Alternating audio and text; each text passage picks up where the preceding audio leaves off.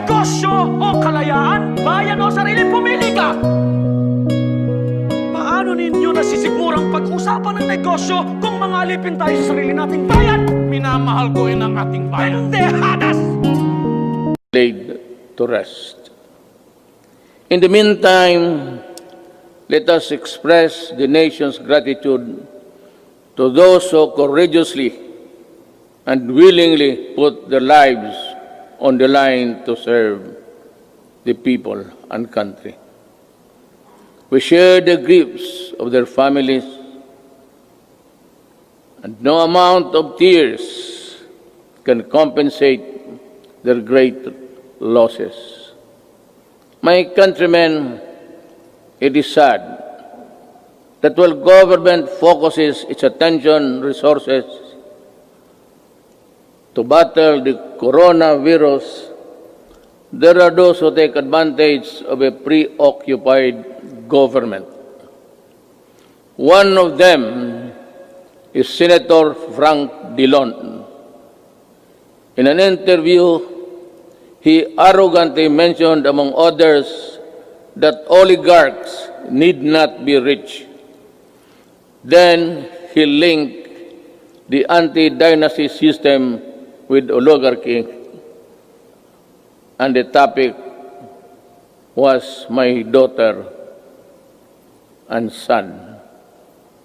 This happened after the Committee of Franchise voted 70-11 to deny the grant of franchise to ABS-CBN.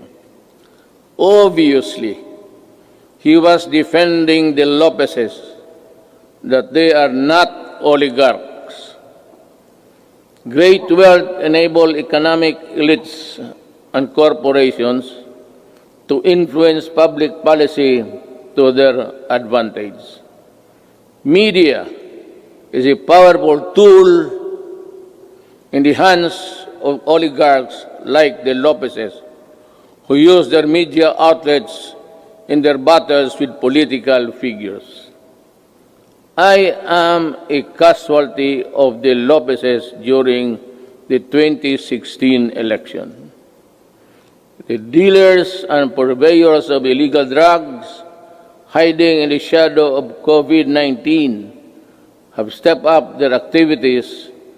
The amount of shabu valued at millions of pesos seized during police operations speak volumes of the enormity and the weight of the problem that we bear.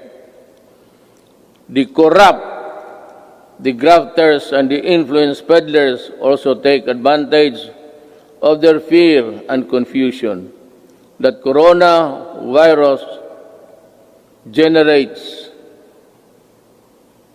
the financial and material assistance of government to the unemployed, the sick, and the destitute, running into billions of pesos, are not spared from corruption and ineptitude. Even the donations for well-meaning private persons are schemed before reaching their intended beneficiaries. It is like snatching food from the mouths of the babes. The profiteers, overpricers, and the corrupt felons must be laughing while they stash their dirty monies, but not for long. They cannot outrun the long arm of the law. In these regards, the words of former President Ramon Magsaysay ring fresh and relevant today as the day they were said decades ago. He said, "We need men of integrity and faith like Rizal and Del Pilar, men of action like Bonifacio, men of inflexible patriotism like Mabini. We need their zeal, their self-reliance, and their capacity to work. Their devotion to service and their ability to lose themselves in the common cause of building a nation. If we allow greed and self-interest and ambition to rule us, then, as stated by one prominent physician, we will be left with nothing better than the lesser evil instead of the greater good. In my inaugural address 4 years ago, I said that no leader can succeed at anything of national importance without significance unless he has the cooperation and support of the people he is tasked to lead and sworn to serve. The efforts and resources which we poured out produced the momentum needed to bring our country closer to our goals. Suffice it to say, we made significant strides over time.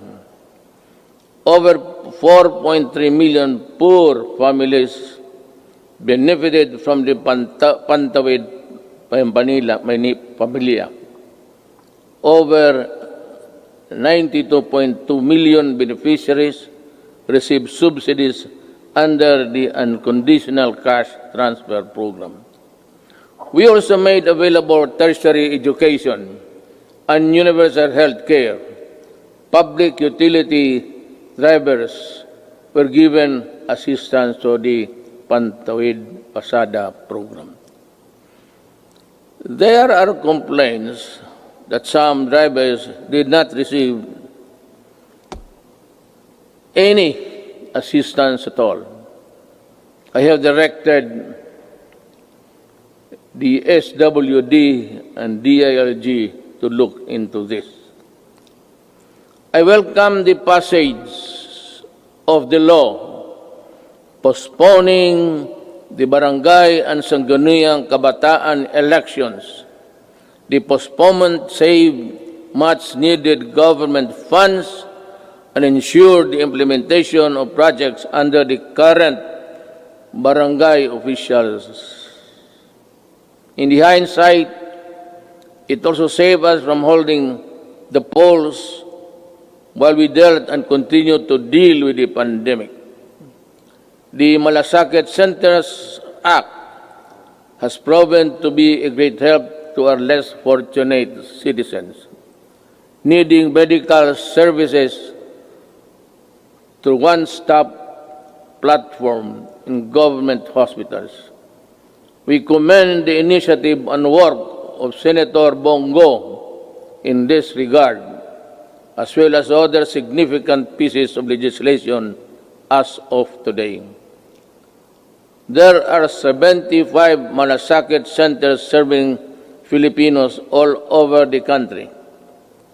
These centers will be of great help in ensuring that our people remain healthy and resilient during these challenging times.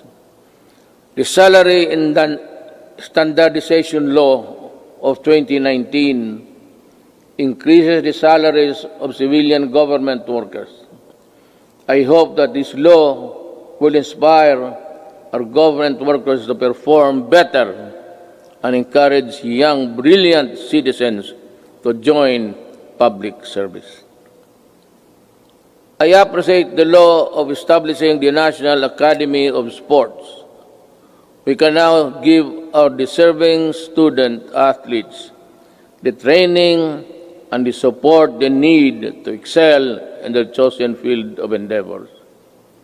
With the commitment of key members of Congress, the Executive Department, the FISGOC, or the Philippine Sports Commission, and the Philippine Olympic Committee, are bound together with one vision to host the 30th Southeast Asian Games.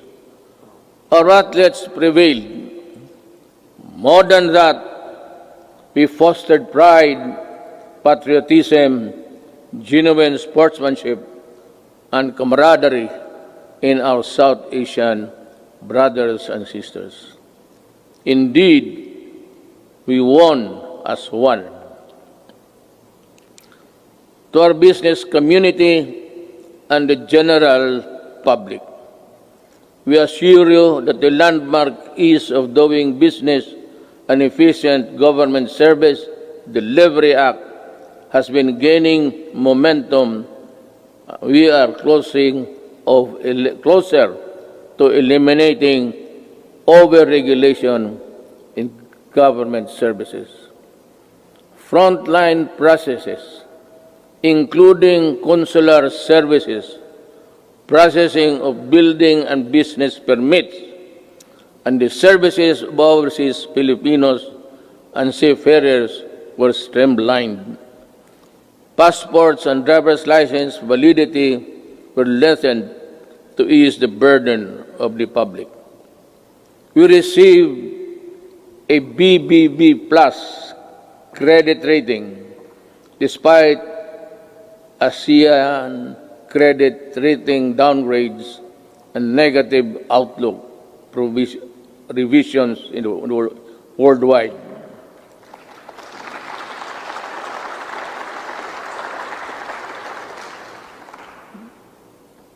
The Japan Credit Rating Agency upgraded us from BBB plus to A minus last month. Meanwhile, Moody's has affirmed and maintained the country's ratings at BB2, BAA2 rather.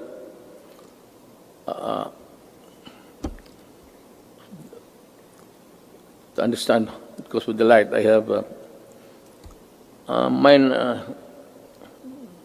eyesight is not as good as new. Our fiscal position is strong, our economic fiscal management prudent, and our banking system robust. We are in a better position to weather the crisis caused by COVID-19 global pandemic. We have accomplished significant infrastructure projects under the Build program. I will not dwell lengthily on the nitty-gritty of our infrastructure accomplishments. Thanks for watching. Don't forget to subscribe and hit the notification bell.